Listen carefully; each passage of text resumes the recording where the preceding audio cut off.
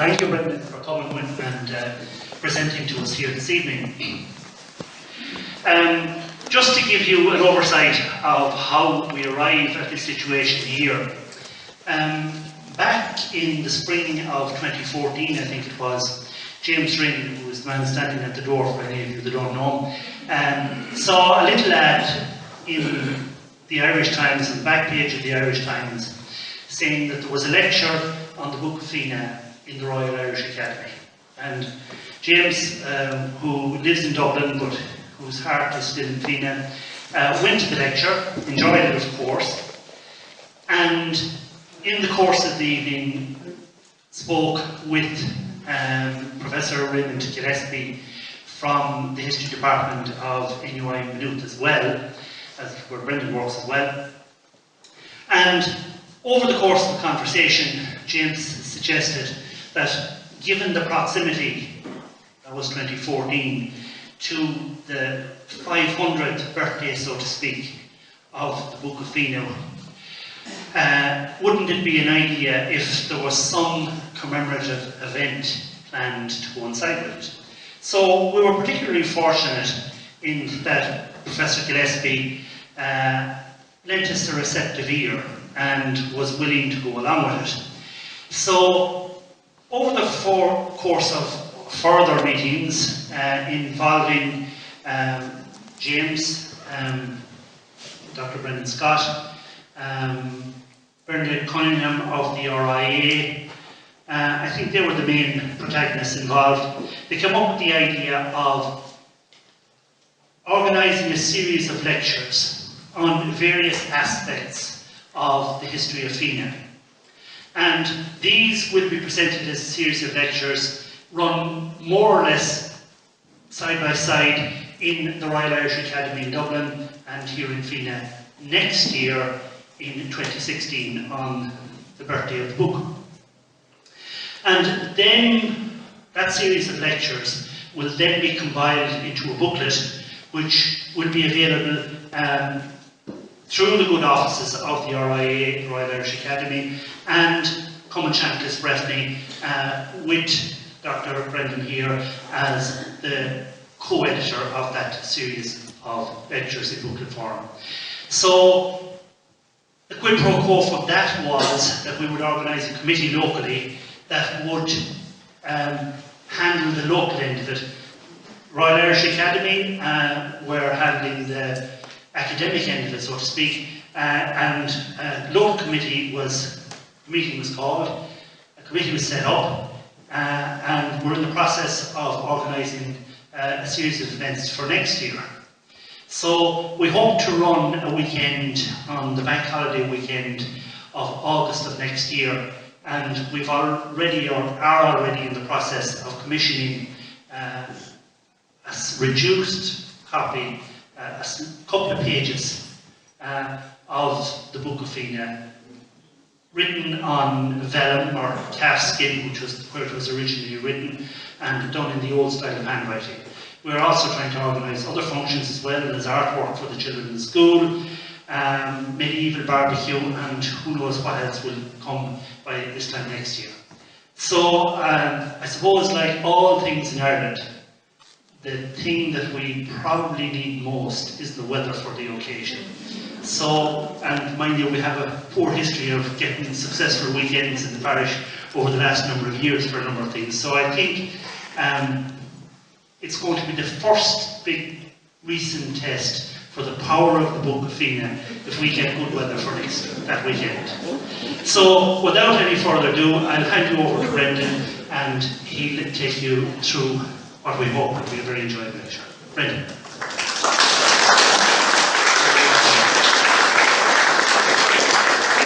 So everyone, when you go home tonight, say 3 Our Fathers, say Colleen, and continue to do that for the next year, and we'll have a great weekend next year. First of all, ladies and gentlemen, I'd like to thank the committee, and in particular James Rinn, who's been my kind of point man, for asking me down to Fenagh to speak today. It's lovely to be here. And such a fantastic crowd. I was just saying earlier, you know, sometimes you might speak to 5 people, but then I said, well, it will be 5 people here when I'm finished, hopefully there'll be a few. But it's a great turnout, and you often get that in, you know, like you can give a talk, you know, in a large town somewhere, and you'll get a few stragglers come in. But you know, it's great to see the strength of interest that there is in the local area here. So thanks very much for coming along. It was mentioned there the book that Raymond and myself are working on, and I just want to give a wee bit of background to that. Cumashantgus Breffni will be publishing this book of essays, The Making of the Book of Fenagh, and the people who are in it, what's in it here is Chris Reid, who is an archaeologist in Sligo IT, and he's talking about the religious landscape of Fenagh, because obviously there's so much prehistoric material around the area as well. Myself and Father Liam Kelly, who I'm sure, Monsignor Liam Kelly now, from Kilturbrid, we are working on Fenagh in 1516, on the context of the manuscript. Raymond is talking about the making of the manuscript. Dr. Bernie Cunningham from the Royal Irish Academy is talking about the learned families and Fenagh. Professor Pádraig O'Riordan, who's Professor Emeritus in UCC in Cork, he is Ireland's top expert on Irish saints. He's an incredible man, and he's talking about St. Colleen and the cult around him. Paul Malarkey, who's from the National Museum, is talking about the shrine, which was damaged in the fire there a few years back. And then Kazia, now your guess is as good as mine, she is talking about the conservation of the shrine after the Longford fire. And I think was she on that TV show about the cathedral? Yeah. I just happened to be channel hopping a few weeks ago, and I caught the second half of that programme, which was very interesting. And so she's going to be talking about the conservation of the shrine. So, you know, like a lot of great people working on material here, and it's great to see that, because oftentimes, you know, in the ivory towers of academia, you know, people sometimes look down their nose and go, oh, looking at that. But all of these people are, you know, really committed historians, very, very good, who have a great interest and a love for this stuff. And so it's great to have them all involved. So hopefully, without too much threats from myself and Raymond, they'll all hand in their material on time. It can sometimes be tricky to get them all handed in on time, but I'm sure we will, and it'll be out by next summer. So that's the plan anyway. I just want to talk a wee bit about, I mean, why was there an abbey set up in Fenagh in the first place? I mean, why was this area chosen? And it's always been a site of religious importance, going back to pre-Christian times. And you have, you know, a number, as I say, of old pagan sites and old pagan monuments in the area around here. And that's a typical Christian trick. When Christianity comes into Ireland in the 5th century, they begin to recycle old pagan sites, and you see that around the country. You know, all these old pagan sites are reused by Christians because they realise that it's an important area to the locals. So just get it rebranded, as we've been saying now, and it becomes a Christian site, and people are used to it, and they move along. I mean, it's something that I've seen how resistant people can be to change. When the liturgy of the Mass was changed recently, you know, and I'm still resolutely hanging on to the old responses, and everyone else has changed. But people like the familiar, and people don't like to have too much change. And so they're very smart, the Christians, to reuse old sites that people are used to. So in this area you have a number of things around here. There's a portal tomb, 2 passage tombs, a possible cairn, and a standing stone in Fenagh, a court tomb and a standing stone in Commons, 2 standing stones in Longstones, and a standing stone in Knockbone. I think they're all about now locals here, and these are just names on a page to me, but I think they're all about within half a mile of the abbey. So it's obviously an ecclesiastical landscape, and that place has been used again. I happened to just have a little walk up at the abbey before I came down here today, and of course the lake just at the back was handy as well, you know, to have things like that. It's a lovely church there, you know, like that east window. You know, people had, you know, there was money invested in that, you know. It's a fine piece of work. It must have looked very well when there was glass in it as well. So it's no surprise that early Christians saw this area as being an area where they could put up a Christian site, and this is the portal tombs there. Now, the abbey and the church at Fenagh are said to have originally been founded by St. Colleen in the 6th, he was a 6th century saint. The church was established, now you see these are where all these stories come out in lives of saints. You have what are called these biographical lives, where these saints are the most amazing thing that ever happened and were brilliant. And they're often like superpowers these saints have. And one of the stories is that the saint transformed local druids into standing stones, which I assume is the origin story for the standing stones in the area, so our saint is strong and powerful.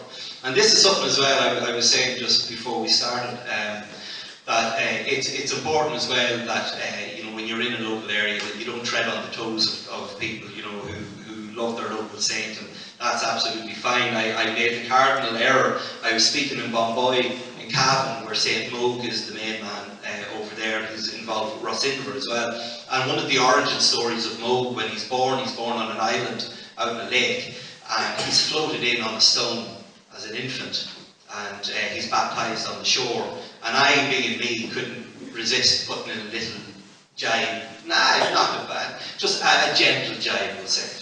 And a fellow stood up at the end and he said, we believe that story very strongly, you shouldn't say that. And I thought, well, you want to test that theory, there's a big stone, there's a baby, we'll try it. But no, I thought that, I didn't say it, because I wouldn't have gotten out of Bomboy that night, I don't think I'd even tried that. So it's important to remember that a lot of these stories, are to show how strong and powerful a local saint is, and by extension, how strong and powerful a local area, a local church is as well. And that's what goes on here.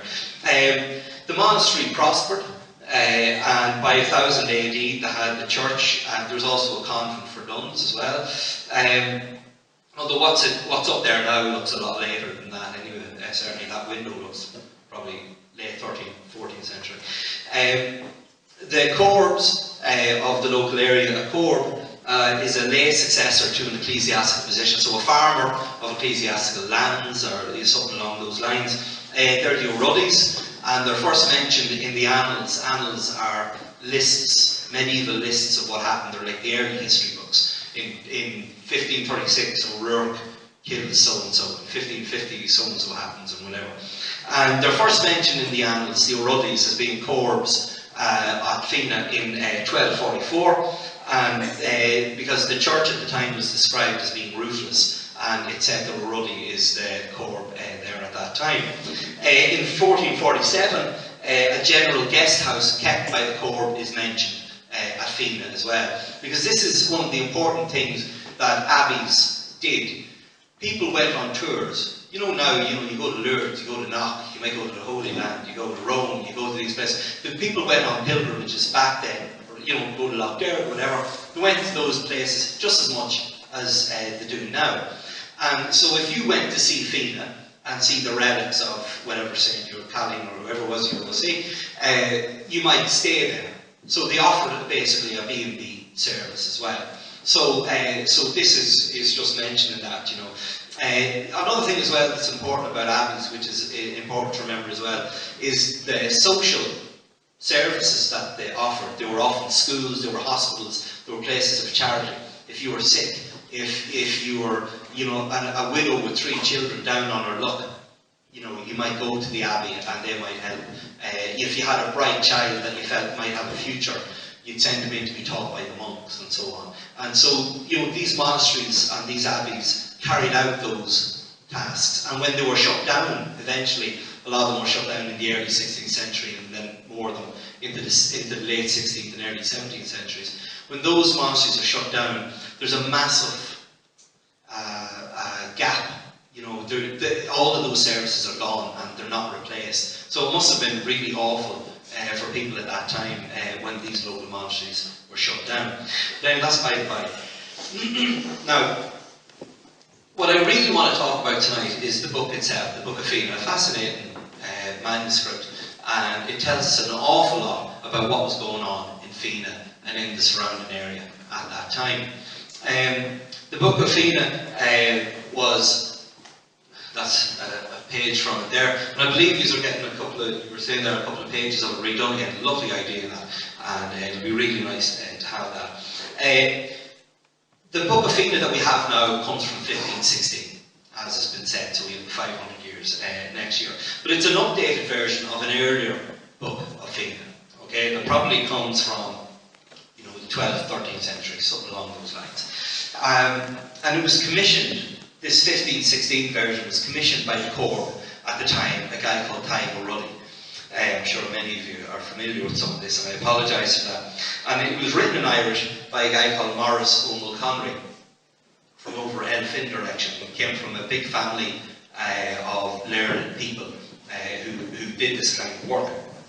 Now, O'Ruddy asked O'Mulconry to recast the old worn-out book, which was basically a list of Colleen's privileges and so on, and to reform it and rewrite it into a new account of the saint, and to use prose along with verse. So the original one was all verse, it was all, like, you know, long poems. But he asks Maurice O'Mulconry, to rewrite it and to use prose along with that, to sort of break it up a bit more. And, you know, like I say, in it is recorded the claims of the monastery and what they're due, and like, almost like a rent book in some ways. You know, it says, you know, O'Donnell owes us this, O'Rourke owes us this, so-and-so owes us this, so-and-so owes us this. And that's the way it goes along. And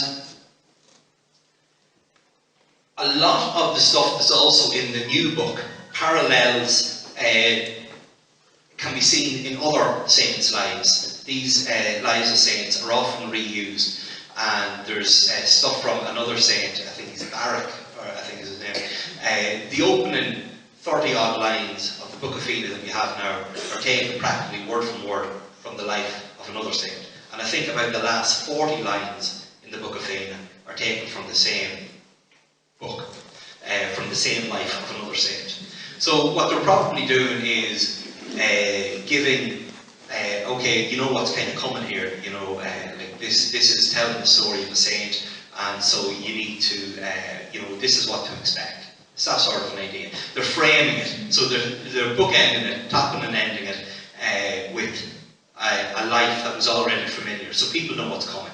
I think there's probably the thinking there.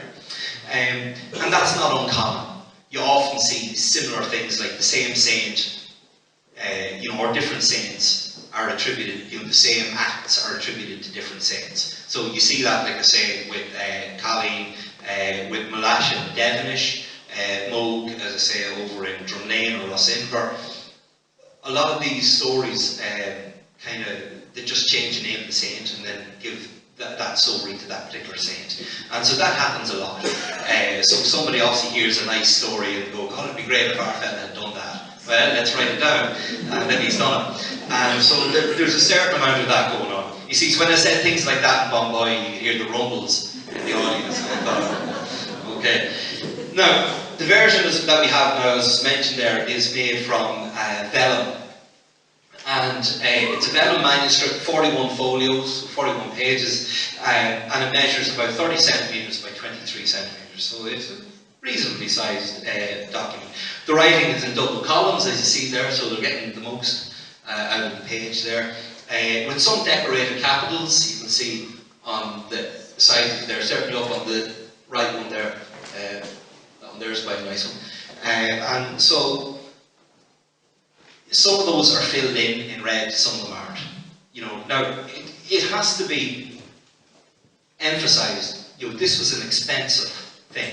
This wasn't cheap to do this, and you know, to hire one of these guys to do it wasn't cheap either.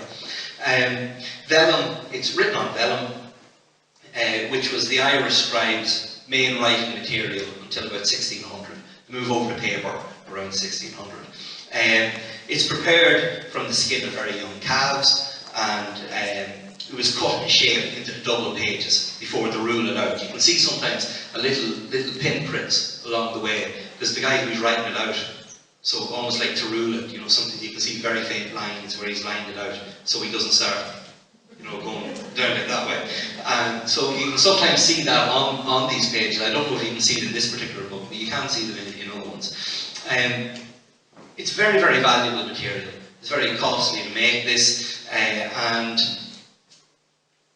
it's sometimes you'll see they'll use every last scrap of it. So there could be a very odd wee bit of vellum that they had left over, and they'll use that at the back and kind of fill it in whatever way, just to get the use out of it, because they could use it for nothing else at that stage. And the ink was almost always dark brown, used from ink gall, iron ink gall is what it was used, oak galls. And literacy was limited in Gaelic Ireland. Like 99% of people weren't going to be able to read this. And so it was really only the very learned, very wealthy who could commission one of these, or who could, you know, read it in any way. But of course these things were made to be read out, and so people would sit around and they would be read out to people.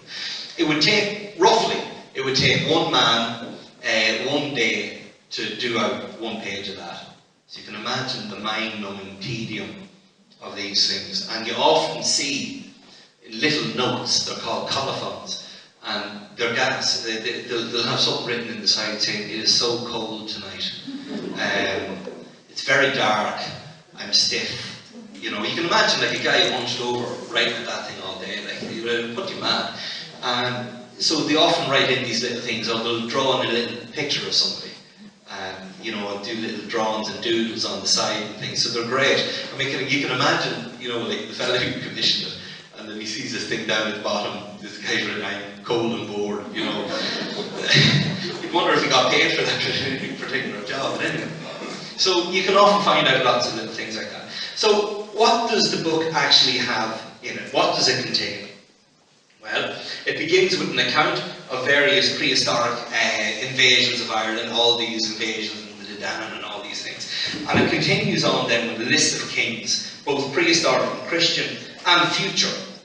So who's coming as well, and these are ones that have been prophesied by Colleen. He said, well, so-and-so is going to be king. And he doesn't actually ever name them as such, but he'll say, well, so-and-so from someplace might become a king. And then it's very easy then to fit it in if somebody like that does become a chieftain.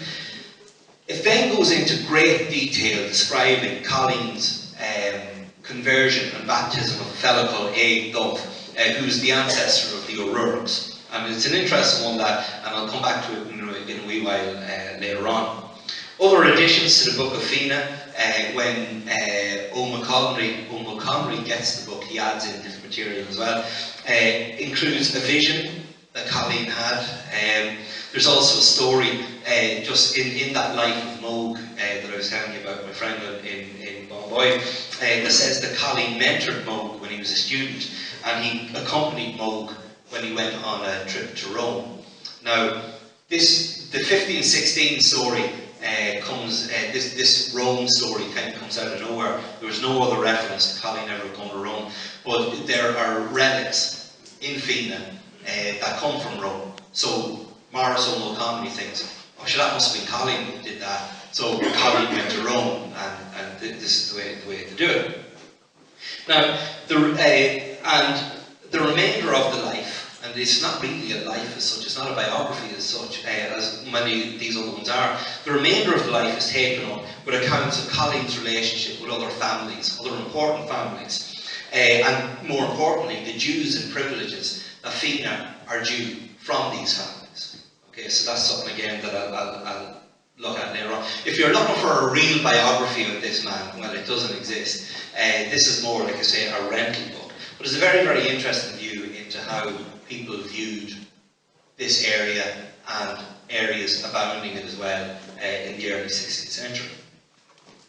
Now, the book as we have it now isn't exactly as it was. I always think that it's a miracle that anything survives. Can you imagine, like 500 years old this thing is, you know? It's gone through the 9 Years' War, it's gone through the Reformation, it's gone through the plantation, it's gone through the 1641 Rebellion, the Williamite Jacobite Wars, the 1798 Rebellion, the famine, 2 World Wars, Irish independence, everything. It's gone through all of those things, and it's still there, pretty much intact. It's lost about 7 pages, but that's not bad going. You know, when you see a book these days, the spine breaks, the pages are all gone in a couple of months. You know, this thing was made to last, and it is extraordinary to think that it has lasted that long. But the man who wrote out this 1516 version, Maurice O'Mulconnery, wrote out an abbreviated version of the book in 1536, 20 years later. So we have some idea of what is missing from it now. And there were also 17th century transcriptions of it made. So again, from those, we have some small idea as to what those missing pages may have had. In the first half of the 19th century, the last representative of the O'Rully family to have it, a guy called Father Brian O'Rully, he was the parish priest over in Kilronan. He used it he would send it out to people to swear oaths on. It was one of these things that if people were making a bargain, that they would put their hand on it, almost like in a law court. You put your hand on the Bible and all this. So if you were doing a deal with somebody, you would place your hand on the book and make an oath. And so the priest used to hand it out to people. You could have lost a page or two on the way in that regard. Now, that's not unusual. A lot of these shrines and relics, the parish priest would hold on to them, for a long time, and people would come along to swear on them. And you'll often see that, so that's not unusual. Now, as I say, that happened all the time. When he died in the 1830s, and it's left then to his successor in Kilronan, a guy called Fitzgerald, and he's transferred to Gort Leitrim, and he leaves it then, when he dies, to his successor, a guy called Slevin, and he then later passes it on to the Bishop of Ardagh and Clonmacnoise, a guy called George Conway. There's an edition of the Book of Fenagh published in 1875, and I think it's reprinted about 1940 with some additional stuff in it as well. It was sold then to the Royal Irish Academy in 1888 for £10. So there was a bargain, whatever it was. But at the same time, I mean, particularly when you see what happened to the bell and to the shrine there a few years back, thank God that the book was kept somewhere where these people were experts on holding stuff, and there's been no harm ever done to that. So, and thank God as well that they sold it to the Royal Irish Academy, and it didn't end up in the National Archive, which was blown up in 1922. So there, look at, there was like I say, this is what I always think, it's a miracle that these things, considering what klutzes humans are and the lack of understanding and how people just destroy things mindlessly. And you see over ISIS at the moment going around, destroying everything in front of them. And when you see things like that, it's just a miracle that things like this actually survive. As I say, the book was written by a scribe, this fellow Maurice O'Mulconnery, who was from over Elphin direction, and he was a member of a well-known learned family. Father passed on to son in the Gaelic system. So if your father was a military man, you became a military man. If your father was a musician, you became a musician, and so on and so forth. And so he came from a family that were known to be learned. They could read and write, they could transcribe material. This is obviously before there was a printing press in Ireland, and so they were tasked to write out these manuscripts. So they would tour around the country, going here and there and everywhere, making copies of different books. And of course, they're being paid to do this. This is their job. So, he was being given a job, you have to do this. And sometimes that didn't always sit well with him, which we'll see in a minute. He died, this man, in 1543 in Elphin, and a lot of the Irish annals record his death, because he was one of these learned fellows. And the guys who are writing the annals come from the same job, so they're interested in these sort of fellows. And so they write a lovely little obituary for him. And they said of him, this is just proof that a bad man never died.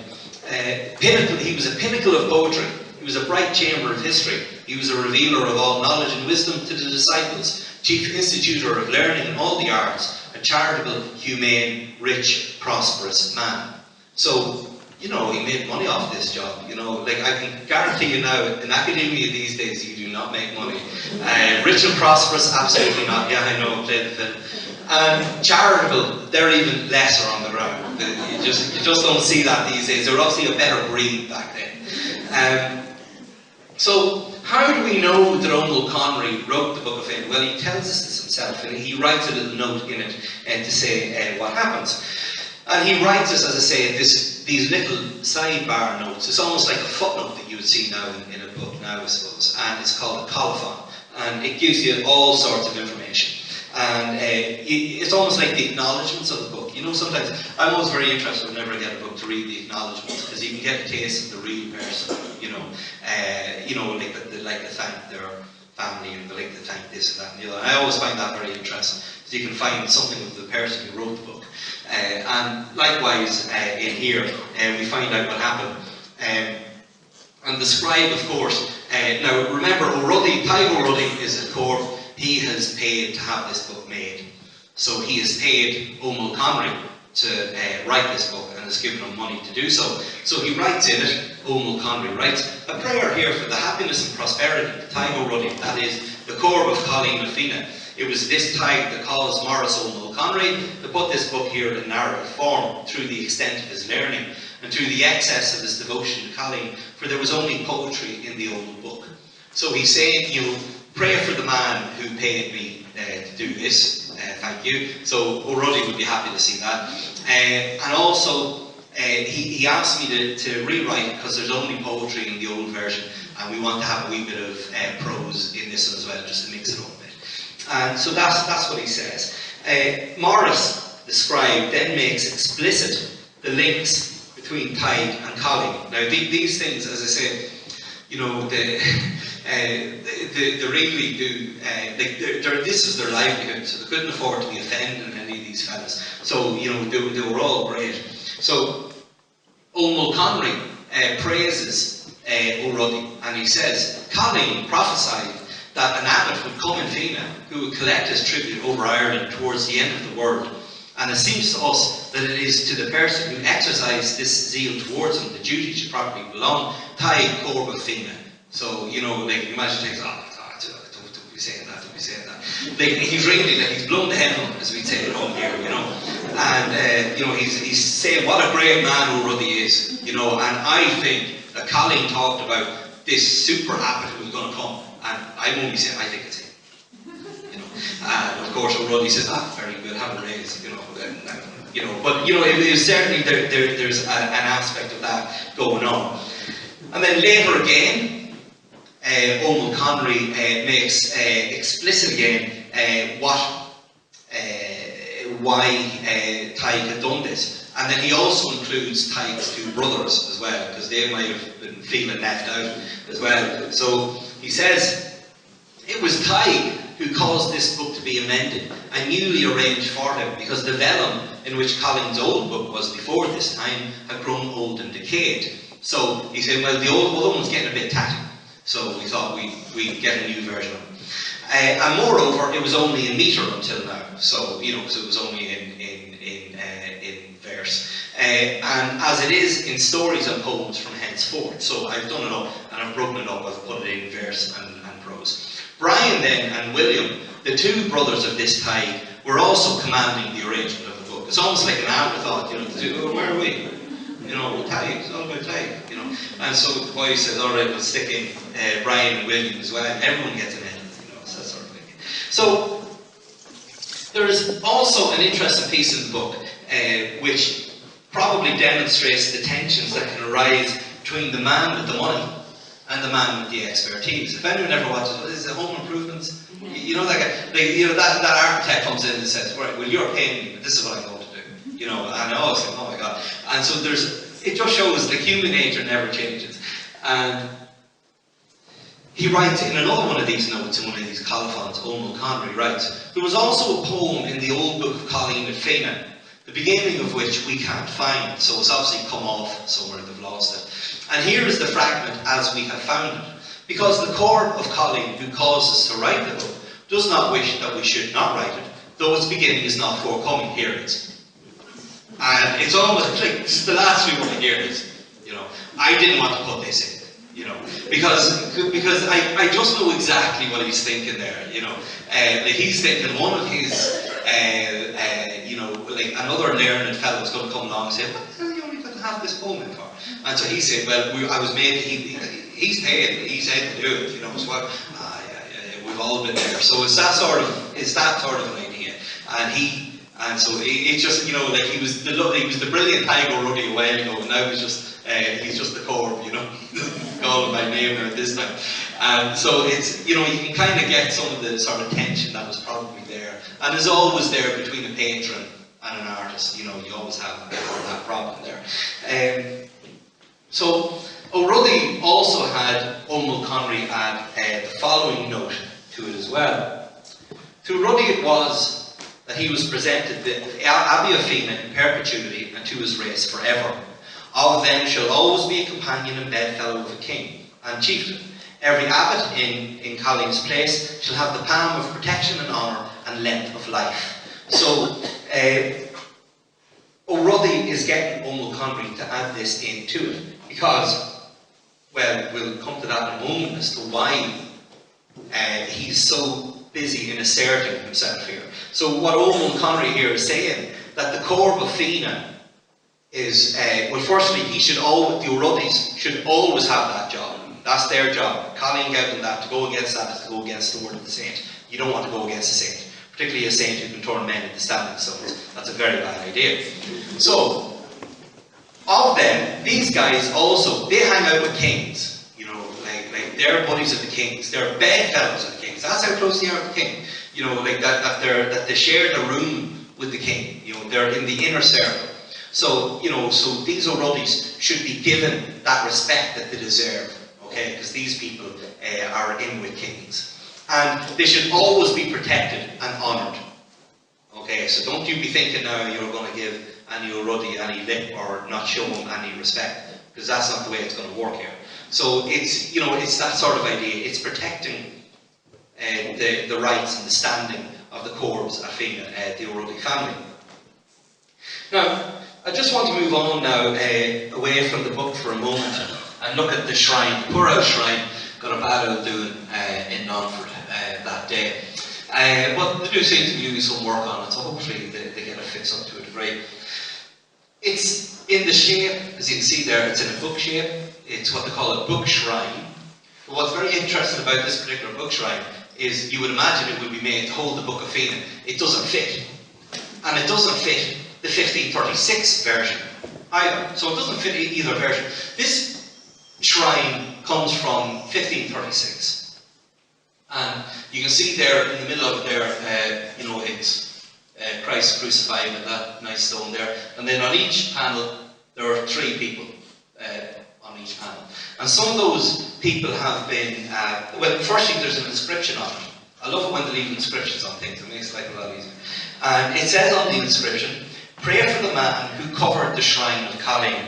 And that is Brian, son of Owen Rourke, and for Margaret, daughter of O'Brien, and the year of our Lord was 1536, a Hail Mary. So anyone who sees this should be thinking of those 3 people, Brian O'Rourke, Owen O'Rourke, and Margaret O'Rourke, Margaret O'Brien, who was married to Owen O'Rourke, and you should be saying a Hail Mary for them, okay, which is, you know, you see that in any Catholic church, you know, like this pew was donated by such and such a family, say a prayer, this stained glass was donated for such and such, say a prayer. And the whole idea is, you see, to get you out of purgatory quicker, that if the hope is you're going up and not down, and so to help you get out of purgatory quicker, you see this thing, you say a prayer, and out you get quicker, and you go to heaven. And that's the idea. Now, these people, these O'Rourkes, they are the chief O'Rourkes. Brian O'Rourke, when he makes this thing in 1536, has just become chieftain of West Breffni. Owen was his father, the old chieftain of West Breffni, and Margaret O'Brien is his mother. And we'll come back to those, to certainly Margaret in a wee while.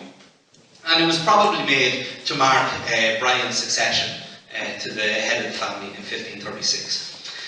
Now, his mother Margaret, what's interesting about her is she's the lady who establishes the Franciscan Friary in Creevely in 1508. So just keep that in mind. Now, as I say, the main face of the shrine, there's only one side of it with any kind of iconography on it, the rest of it's sort of plain. It's divided, as I said before. Some of these saints, some of these people who are on it have been identified as Martin, Stephen and Lawrence, okay? Because in the Book of Fenagh, Colleen goes to Rome and he brings back relics of those 3 saints, okay? Along with other stuff as well, which we'll come to. Margaret O'Brien, his mother, is probably one of the figures on there as well, and perhaps himself or his father. Not an unusual thing to do. You know, patrons would often put themselves into their art. You know, so that's a regular thing. So some of the stuff as well. Omar Connery wrote, you know, that Colleen had been to Rome, and he brought back these relics of these guys. He also brought back relics of the 11 apostles. It's interesting that what the phrase he uses is the 11 apostles. He forgets about Judas. Judas, he's gone. So we're not bringing back any of his, like that'd be an insult. So instead, there's no pieces of silver coming back, you know, a relic of Judas or anything like that. So instead, it's relics of the 11 apostles. I just always find they're quite interesting. He also, and the wrap up in cloth which was sewn by the Virgin Mary herself. So this all comes back to Fenagh. So when I was telling you earlier on about people going on pilgrimage, you know, like how many saints there? 14 saints, well, including Colleen, 15 saints, and the Virgin Mary. Like that's Premiership standard. That, you know, it's very good. So if you'd be looking, going right, well, we can go to this place, or we can go to here. We'll go to this one, you know, because there's more stuff in that. You know, so like that's human nature. Like I know you're laughing, and I'm sort of presenting it in that sort of way, but it is human nature. Like if you ever go sightseeing somewhere, you go where all the sights are. You don't go to the obscure place around the corner. You know, like you'll go to where all the big stuff is. And relic stealing was a very common thing in medieval Ireland. I mean, you know, there are records of you know, you could have a saint buried at your cemetery, and then the monastery down the road will come along and dig them up and bring them back to their place. I mean, that sort of thing happens all the time. And like I was in Rome, I was in Venice a couple of years back, and there was a man, Mark the Lion, his body, like they are so proud, his body I think was in Constantinople, and they steal him and they bring him back to Venice, and like they're not embarrassed about that. They're going, yes, you know, we got him. And you know, so that kind of thing was sort of par for the course back then. So it was quite a common thing. I'm not saying these did it in Fenagh now. Everything was above board and legit in Fenagh, obviously. So you see, I learned from my previous experience. Now, Colleen is buried elsewhere, and 12 years later he's dug up and he's brought to Fenagh. So that's the story. So Colleen is also in Fenagh. Just in case you heard that he was buried somewhere else, he was buried there for a while, but he's with us now. And that was what he wanted, so you know, we have him now. So that's the shrine. And like I say, I'll just talk very briefly about that again in a moment. Why was the book rewritten? Well, perhaps it was because the vellum was beginning to fall apart. Maybe that was the sole reason for it. But I think what was also happening was that Fenagh was beginning to feel under pressure from the newly established friary, the abbey down in Creevely, down at Drumahare. That had been founded, as I say, by Margaret, who was married to Owen O'Rourke. It was a Franciscan friary, and worse again for Fenagh, it was an observant Franciscan friar. Now, regular Franciscans, they were popular, but that's fine. Observant Franciscans, who were called observant because they observed the rule of St. Francis down to the letter, they were really popular, right? And so people began to move away from Fenagh and began to ask to be buried in Creevely. And we were beginning to visit Creevely because the holy men of Creevely were that much holier than everybody else. I mean, there are reports of the observants. They would fast outside the Lord's house. If the Lord did something that was unpopular, like, you know, they're almost, you know, like the Buddhist monks who set themselves on fire and that kind of thing. It was almost like less extreme now. But it was that sort of an idea that if a holy man is doing something extreme like that outside, like it's really shaming it, you know. And the observants were the fellas who would do it, okay? And so they're beginning to feel under pressure from Creevely. Remember, Creevely is opened in 1508. This book is done in 1516, so a very short time afterwards. So, I think that Fenagh were looking at Creevely and thinking, we need to kind of, you know, start advertising ourselves a bit better. We need to start pushing ourselves a bit more and to show how important we are. You know, because obviously everyone loves the new place. You know, like when a new place opens, everyone goes to it for a while. And then, you know, and then the hope is, the law set back down again, the law started visiting us again. But it, you know, like as I say, the observants were extremely popular at this time.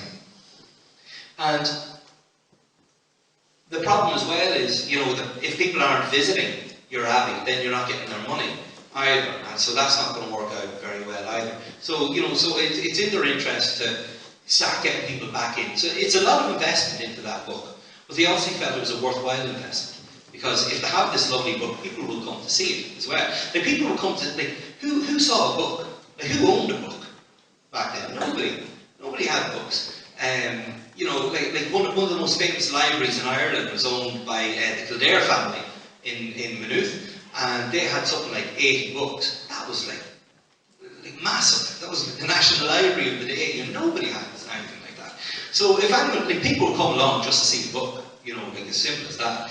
And so Fenagh commissions this new book and all of those editions to remind people of Fenagh and to remind them of their wealth and their power and their standing. So don't forget about us here, lads. Now, the shrine from 1536 here was obviously an O'Rourke product. It says it, you know, this was done by the O'Rourkes. But Fenagh, as you know, it wasn't in the O'Rourke lordship of West Breffni. It was in Muncherolis, which is a Reynolds area. So what was going on there? Well, there are also, in the writing of the Book of Fenagh and in the construction of this shrine, we can also see some of the interpolitical problems that were going on around this area at that time. If you look at this area, this are Muncherolis, you know, they're buttressing into what's now Longford. They're buttressing into North Leitrim, the sort of West Breffni. They're buttressing into East Breffni. You know, they're really surrounded by all these people, and they're being hit by the O'Donnells of Donegal and things like that. And towards the end of the 15th century, there emerged an internal power struggle in this area. In 1491, Brian, who is the son of Tig McGrannell, was killed at Leitrim Castle by another sect of the McGrannells. And that begins a feud. And the family starts an inter-fight, which was very usual for Gaelic families anyway. They were always around over succession. It wasn't like the English system where the eldest takes it. You know, it was seen to be the most worthy would become the next chieftain of Gaelic Ireland. But who was the most worthy of Gaelic Ireland was almost the last one left standing.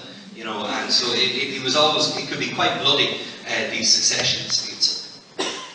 And both O'Rourke and O'Donnell of Tyrconnell, which is now Donegal, they entered this McGrannell dispute. They saw, we'll, you know, divide and conquer sort of thing, you know. So they put in their own guy that they want to be the chieftain of the McGrannell family. Okay, so there's two guys kind of claiming the chieftaincy at this time.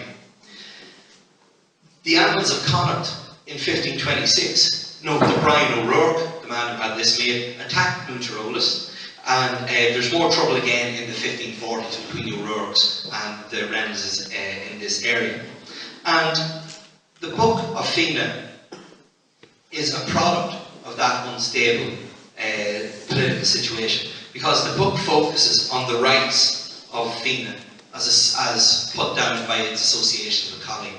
So they're saying this. And the 1516 text repeatedly, now I mean repeatedly, outlines the dues payable by secular lordships. So who does it go with first? The first person that owes them are the O'Donnells. The O'Donnells have been sticking their beak in down here, so we need to put manners on them and remind them who's who. So then they go on and they deal with the O'Rourkes. The O'Rourkes have been getting in here, we don't like that, so we'll talk about them and what they owe Fenagh. And then they go on and they talk about the Reynolds here, and the O'Farrells in London. So they're talking about all the people that surround them and why they need to respect Fenagh. That's basically what they're saying. But the O'Rourke relic of 1536 here, and he associates this with St. Colleen. So what O'Rourke is saying here is, well actually, I don't care what your book says, I've got this nice box, and this says that I'm in charge down in Muncherolis. So he's trying to extend in spiritually, into the spiritual area, and by extension, take over politically as well. And that's what he's doing. And so that's what the book is trying to prevent, and that's what, you know, obviously O'Rourke doesn't take that hint and says, well actually, I'm going to take over anyway. Now, why it actually looks like that when it doesn't actually fit the book, and remember that the copy of the book made by Umul Conry is made in 1536 as well, the year that is made. O'Donnell had one very like it. It still survives. And O'Rourke, O'Donnell must have brought it down something. Look at this, And O'Rourke, I can make one like that as well. And so he makes one, so, because it doesn't actually, it's made to hold a book, and it doesn't actually hold the book, so there's probably a bit of upmanship going on. The guy next door got a new car, get a new car. And so it's that sort of an idea. Now, what's very interesting as well, what's in the book of Colleen, or the book of Fenagh as well, is it goes through baptisms. Okay, so Colleen baptizes Conall Gulban, who is the ancestor of the O'Donnells. He's the man from whom the O'Donnells spring. Okay, and who christened him? Colleen. Then he also christened, very handily, a guy called Eig Dove, who's the ancestor of the O'Rourkes. Now, Eig Dove was dead when Colleen came along. That didn't stop him. So he brought him back to life and converted him. So that was handy.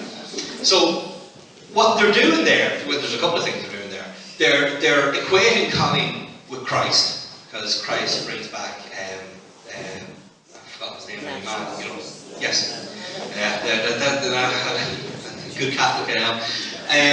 He's also equating, the whole, Christ comes back as well. So, it's this Christ-like power that the man in Fenagh has, So they go into this in great detail.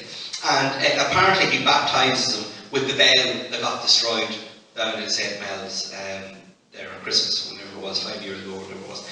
And it's also claimed then that the tribute to Fenagh from Connell's descendants, so they say, well, because Colleen converted you and converted you, you owe us. And so what they say is, well, what happens if you don't pay us the tribute and show us the respect that we deserve? Well, it says, well, bad things will happen to you because your ancestors promised to show us respect, and instead, what's happening here? Who are we going to go guarantor on this particular agreement? Well, we've got St. Patrick, he's guarantored it, and we've got Michael the Archangel. Now, you don't want to mess with Michael the Archangel. So, these guys have guaranteed that O'Donnell and O'Rourke will show us respect.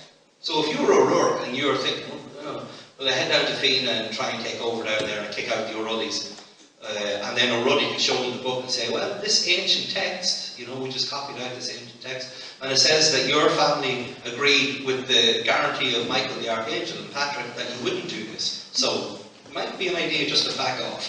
And so there wasn't just a stick involved, though. There was also carrot.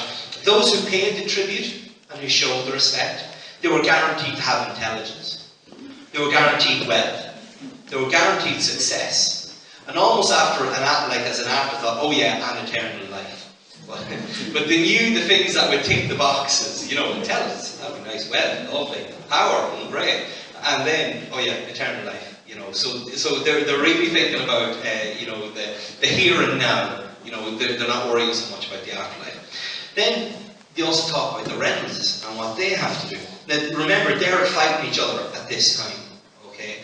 And that infighting, Fenagh recognises that infighting is doing this area no good, because obviously, the whole conquer and divide idea, or divide and conquer idea.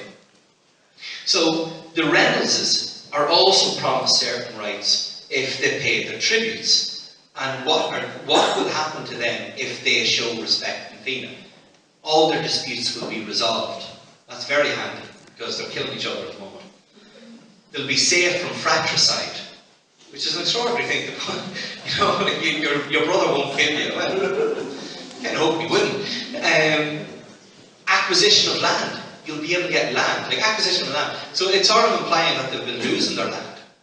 So you'll get your land back if you play ball with us. And it's eternal salvation that just comes at the end again.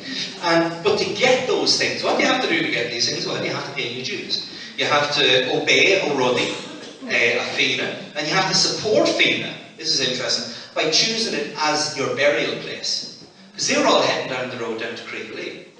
So, if all these big important guys are going down the road, obviously everyone else follows in their way. That's human nature.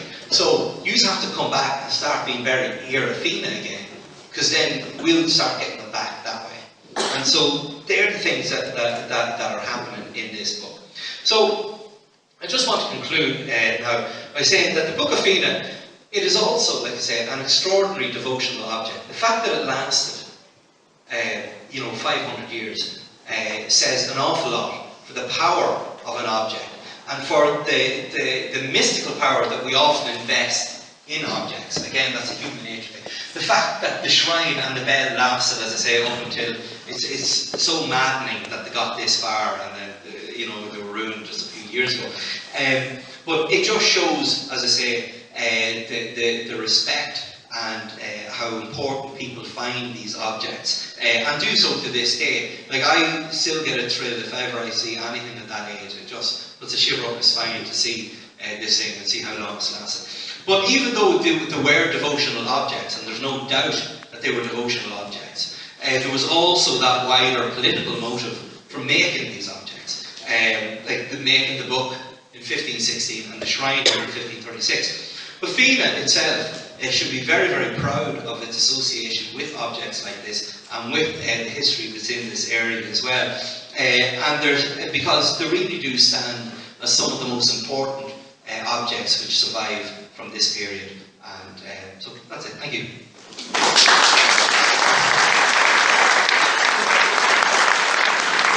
So how much do I owe you?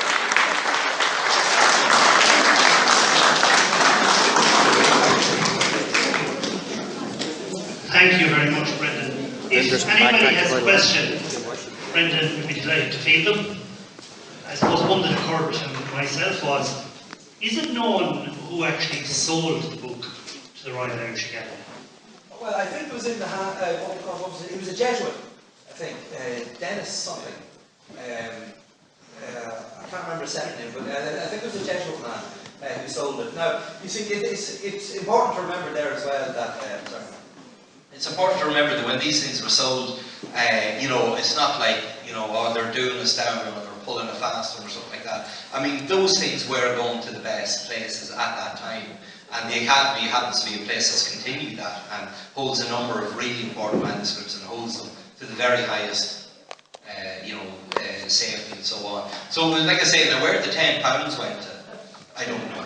I don't know how, now if that were a thing like that were to go at auction today, it'd be very interesting to see what it would go for, that's the way. But I think some of that stuff was like the bell was in the priest's house until fairly recently, I think. The shrine was down in Thurles, I think, for a while as well. But they kind of moved around a bit as well, some of the other stuff as well. And like I say, I think it was a Jesuit who sold it. That's not to cast aspersions on the Jesuits. Yeah, presumably these tributes weren't just to line the pockets of the people that wrote the book. You mentioned earlier that they were also a place of hospitality, hospitals you mentioned, and schools. Were the tributes used? They weren't just hospitals for the rich, were they? They were hospitals for the poor and... Yeah, well, I mean, if you were well off, you could normally hire in your own guy, I mean, that's important to mention as well. I mean, there was like a very fine school associated with the monastery as well. And so that money would have been going back for the betterment of the community. By that I mean the religious community, but by extension, the greater community as well. Because, as I say, like, how are you going to pay for medicines or food or these things if you're not getting any money? And so, it's like that now. You're paying dues for the upkeep of the church, or you're paying dues. So these centres were actually important community function. Very important. And the community, the money raised from this book would have been fed back into the community. Well, that was the theory anyway, so you'd hope it was anyway. I mean, I've never heard, that was normally the way it was. But is there evidence to suggest otherwise? No, not for here. There are in other places. Right. But not for here, not that I've ever seen. And the other question, and thank you for your talk, excellent. The other question, is there anything unique in the Book of Fenagh itself? I mean, you've mentioned that it's largely a copy and paste from other works. I'm thinking specifically the quotation at the beginning from the Book of Revelations, the controversial poem prophesizing the corruption of the bishops. I'm thinking specifically of the unique history to Fenagh Abbey itself. I'm wondering, is that unique to the book? Well, the thing about prophesying the corruption of bishops, I mean, that again was a typical sort of monastic trick, because they felt the diocesan structure was getting too strong. Sure. And they wanted to kick back on that. It is an unusual book in its construction, and so much so that it doesn't really toe the line to other biographies or lives of saints, right? And Michael O'Cleary, who was one of the Four Masters who compiled the Annals of the Four Masters, he took a copy of it, I think in 1631 or around that time, but he certainly saw it. And he wrote a list of saints' lives that were in existence and where they were. And he wrote beside the Book of Fenagh, "We do not like it." Because it wasn't going to the standards that they wanted. It's supposed to do this, it's supposed to go here, it's supposed to go there. That's what they were doing, adding in the stuff from another life, of another saint. They were putting on in those things that you're supposed to hang your story on, and that's what they were doing there. But as I say, not all of these people liked it, because they felt it was a bit of a ragbag of this, as you say, a cut and paste sort of an idea, and so they didn't. Some of other people's scholars put their nose up at it. But I think that's kind of what makes it interesting. Brendan, you're talking there about the diocesan structure. That's 12th century Reformation, is it? Yeah, it is, yeah. So why is it taking 300 years for the mendicants to arrive in Fenagh? You can see the rest of Ireland from the 12th, well, particularly Munster, is taken over by the 12th century Reformation. But like Fenagh seems to be the kind of last bastion of Gaelic. Well, I suppose, part of it can be brought down to accessibility, but that doesn't entirely answer the question. I mean, you had to have someone around here who was interested in pushing. I think, you always get that in areas, there's certain, a thing gets started or a thing is founded because of the interest of a person in the area. Some people will push it along. And so, I mean, that could be part of it as well. I mean, why it takes so long to come here? I don't know, and I don't know if there's anyone else know.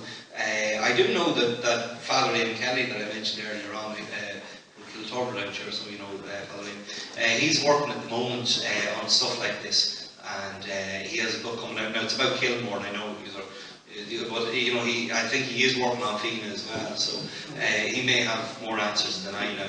He sent his apologies because he's given a talk tonight in Cavan Town, so he wasn't able to make it tonight. But so if he was here, I'm sure he could give a better answer. Thanks. Who owned the land that Fenagh was built on, the monastery? Well, the monastery was here from, say, Colleen was supposedly founded in the 6th or early 7th century. So it would have been land gifted, I suppose, by a local area, or maybe they just came and just took over. I mean, there was no idea at that time of sort of land ownership in the way that we understand it now.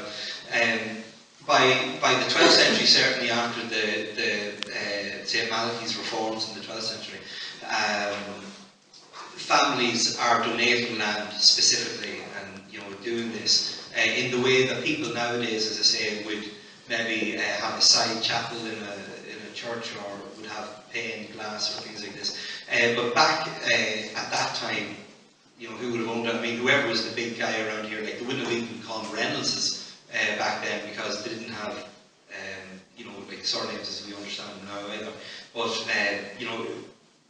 it would have been given by some important fellow. Obviously, the saint had to come in, and there's a man here who may have an answer. According to Patrick Williams, who was my teacher. It was a chieftain by the name of A. Finn, who donated his fortress to Keelan in the act. You see, these are the things I'm always very, I always feel slightly nervous speaking in a local crowd because they'll always have that knowledge that I just don't have, you know. And so, yeah, there you go then. You fit it in. Sounds good to me.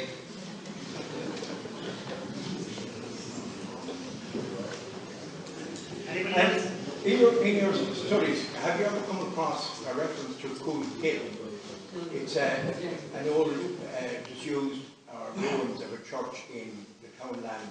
I think it's called Churchfield, but it's also called Drumroos North. Right. Cool Hill. No, I don't know that. Again, like I say, the local knowledge will always trump. So Johnny come later coming in. Don't know anything Not in heads, no, absolutely. No, I don't know that. But again, like I say, I'm sure there have been a few books done about Longford and Ardagh and things like that. So there may be information. There's McNamee wrote a history of Ardagh. There was a book came out about Longford a couple of years back. Longford History and Society. Maybe something about it in there across the diocesan boundary, or the county boundary. Did the Corps have a separate to the religious organisations? In other words, were they religious grouping or just lay people that had control over the area? Well, they were lay people. There were ecclesiastical ones which are called Erenans, but these were normally lay people who farmed the lands and sort of had that sort of power. But you know, they had a lot of power, and you know, the abbots often came from their family. You know, like they could be the kingmakers, if you like. You know, and so you often see a Corb family name coming up in annals. You know, so and so the abbot of wherever died, and he'll have the same name as the Corb family as well. So they often come from the same family. You know, they keep it in house in that way. That's what I found anyway, looking through annals.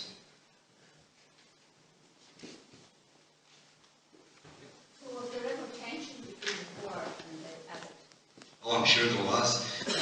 You know, in any, well, you know, it's human nature, you know, like are you going to tell me what to do? No, I'm not going to, you know.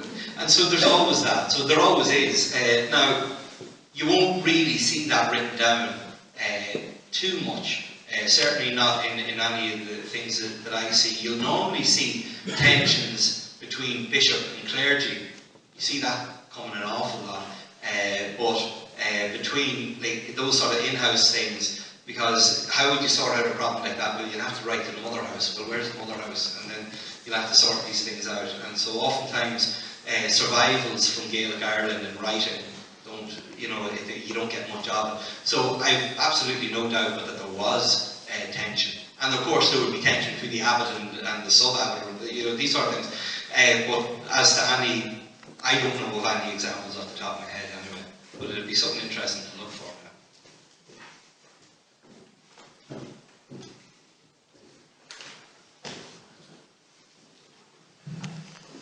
Okay, thank you very much, Brendan. That was very entertaining and presented in a light-hearted fashion, I think that, and in a modern context that we can all relate to. The tensions and the political jostling that we still see going on is nothing new, and writing things that are a version of the truth happened a long time before tabloid newspapers came to us, if you go back 500 years. So it has been a very entertaining evening, and I'm sure that Brendan has only introduced the bones to us of what is going to take place next year, because we're going to have the lectures on probably each of the things that he showed us in the first place, but all of them will flesh out what he has just whetted our appetite with here this evening. So we can look forward to that. And I'm just thinking that if somebody was writing the book of Fenagh today, the side note with, it's raining today, it's raining today, it's raining today. So that would be the modern version of it. So we look forward to that next year. Thanks to everybody for coming here tonight. You've been a wonderful audience. Some of you have come huge distances, as far away as England and Belfast, and a lot closer, and it takes effort from everybody to come. You might only have to come a half a mile, and there's so many other things you could think of doing in an evening. I would appreciate it, so we do appreciate you all coming. There's a cup of tea available afterwards if you want to stay on. Unfortunately, we have to try and get a few pounds to make it happen as well, so we're leaving a box at the door, and if you want to make a donation on the way out, we'd be delighted if you did, but there's no compulsion, of course. And have another question about the book that will be published next year, not the original book of Fenagh, I'd say. Yes, that will be available. In all good bookshops. In all good bookshops, he says. It is being published jointly by... It will be available when it's launched. Like, we'll have copies here to buy, and then it'll be put properly into local shops, things like that as well. So again, thanks to you all for coming. Thanks to the committee that have been working in the background on this project over the last couple of months, and we look forward to working for the year ahead. So we look forward to next year, and thanks again, and good night.